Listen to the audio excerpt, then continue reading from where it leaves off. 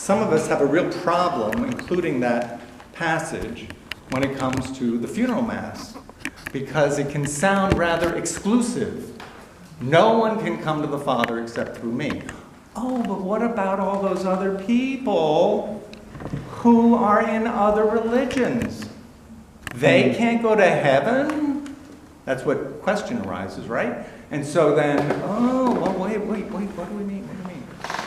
And so I'll just float that out there. You know, what is it that we really mean when we affirm that no one can come to the Father except through Jesus, who is the way, the truth, and the life? Is that what we really hold to? Seems to be. I mean, when we do the call for the day, grant us to know your Son to be the way, the truth, and the life. Well, the Judeo-Christian sweep of things has very much to do with finding our way to God. From the story that begins Genesis with the fall, there's been this breach, this personal breach between human beings and God. And God was this intimate presence where there was almost like no boundaries between God and human beings. There was just this natural sort of flow of being in God's presence. And then, the fall happened. Then the serpent came and sowed doubt, and then suddenly we weren't doing things right anymore. Ate the apple, blamed the wife, blame. And it all started to go wrong. And ever since then, we've been trying to find our way back, at least in terms of the sweep of this story, back into that harmonious relationship with God. How do we establish again the intimacy with God? And Jesus, and you saw Stephen, you heard Stephen in Acts, Stephen understood, he knew Jesus. He knew Jesus and God in Christ so intimately that as he's being stoned, he's praying for those who are stoning him. Forgive them, they don't know what they're doing. Forgive them. He's in such an intimate relationship with God that even at the point of a torturous death, he understands that God is with him and that he is with God. And so he's sort of showing that reconciliation of the breach that began in the fall, and that, at Pentecost when the fire fell on the disciples, there was this awareness of God living within. And that God living within was recognized and realized in Jesus the Christ. That life was given in fullness and restoration of relationship with warmth and vitality and an intimacy that resolved the human dilemma that Jesus came to announce as being available for mending. That Jesus was showing the way. That Jesus was showing the truth about what it means to be in relationship with God. That Jesus was showing the way back to life in relationship with God. And here we are on Mother's Day, when we're invited to sort of think about, well, what's been my earliest experience in a human way, and how does that impact my relationship with God? Because I think there's a connection. In other words, what you and I are about in our journey of reconciliation with God, in terms of what it means to be one with God, has something to do with what we experience in our earliest life from our caregivers. Whoever your earliest caregiver was, there was a quality, there were qualities present there that left us either trying to replicate those qualities in our relationship with God in church, or to compensate for those qualities in our relationship with God in church, right? That we had a felt sense of alienation from our parent, who felt cold and withholding, and so let's find warm, intimate relationship with God through the church. Or there was this beautiful, warm relationship in my childhood, and I'm going to experience the warm relationship with God in church, or a distant relationship and a distant relationship with God in church. I mean, it's all interwoven. And there have been studies in this century about what it means to be in relationship with God and what it means to be in relationship with a parent and how they're interacting. There's something called attachment to God. The attachment to God inventory. Who's heard of the attachment to God inventory? New to me. But denominationally, we fall into groups based upon what our attachment to God is. And different denominations reflect a distant God or an intimate God, a transcendent God, an immanent God, and people self-select based on what they're looking to either heal or continue in terms of their earliest parental relationship and find it worked with in their denomination. So just sort of think about that for a second.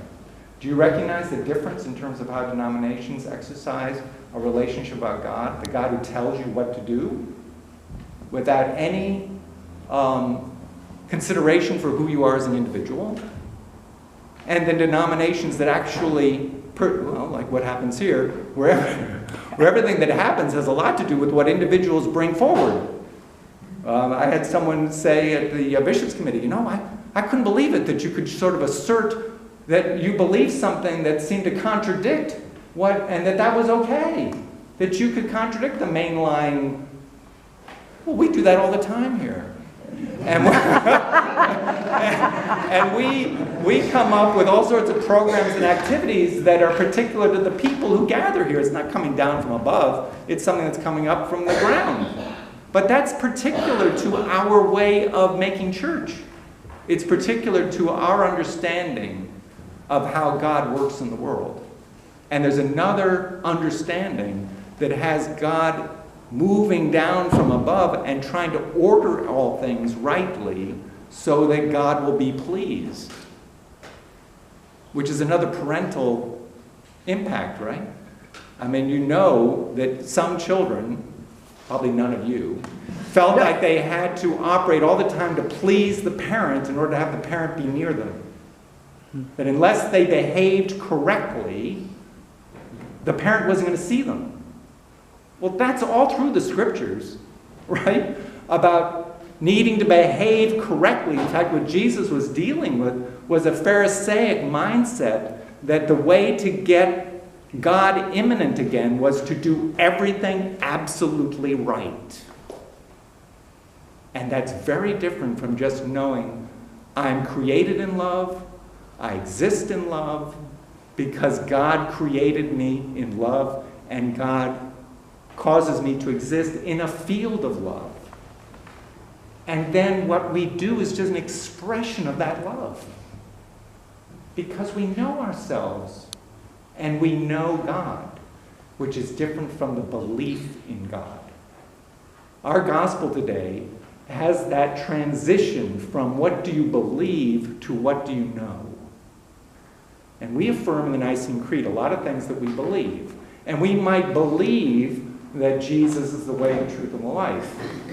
But what we come to know by knowing him, by knowing Jesus as the Christ, by knowing the Christ who is not gender specific, is that we know ourselves deeply to be aflame with the love of God. And then, like Stephen, however we would express it, there is this personal, felt, known relationship with the one who created us. And it's all part of a journey. It's not a one-time event, although sometimes it can feel that way, that there's a transition. But we're constantly feeling our way into this intimate relationship with the one who created us. And our childhood upbringing creates a certain template in terms of what it means to find our way into that relationship. And sometimes we begin from a place of intimacy, of felt intimacy and freedom, that whatever we do, we're always loved. And sometimes we begin from a place where whatever, I'm not loved unless I do. Or somewhere in between. Usually it's somewhere in between, it's not that stark. But those threads impact our journey in terms of coming into a full awareness of the loving presence of God in our lives.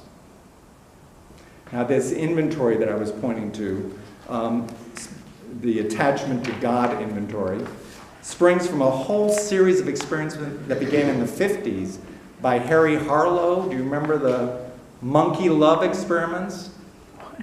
Oh, you guys missed that? The monkey love experiments? Who's heard of the monkey love experiments? All right, Carol remembers. Nancy remembers. So, wire monkeys, wire forms in the shape of monkeys were created for orphan monkey babies. Yep.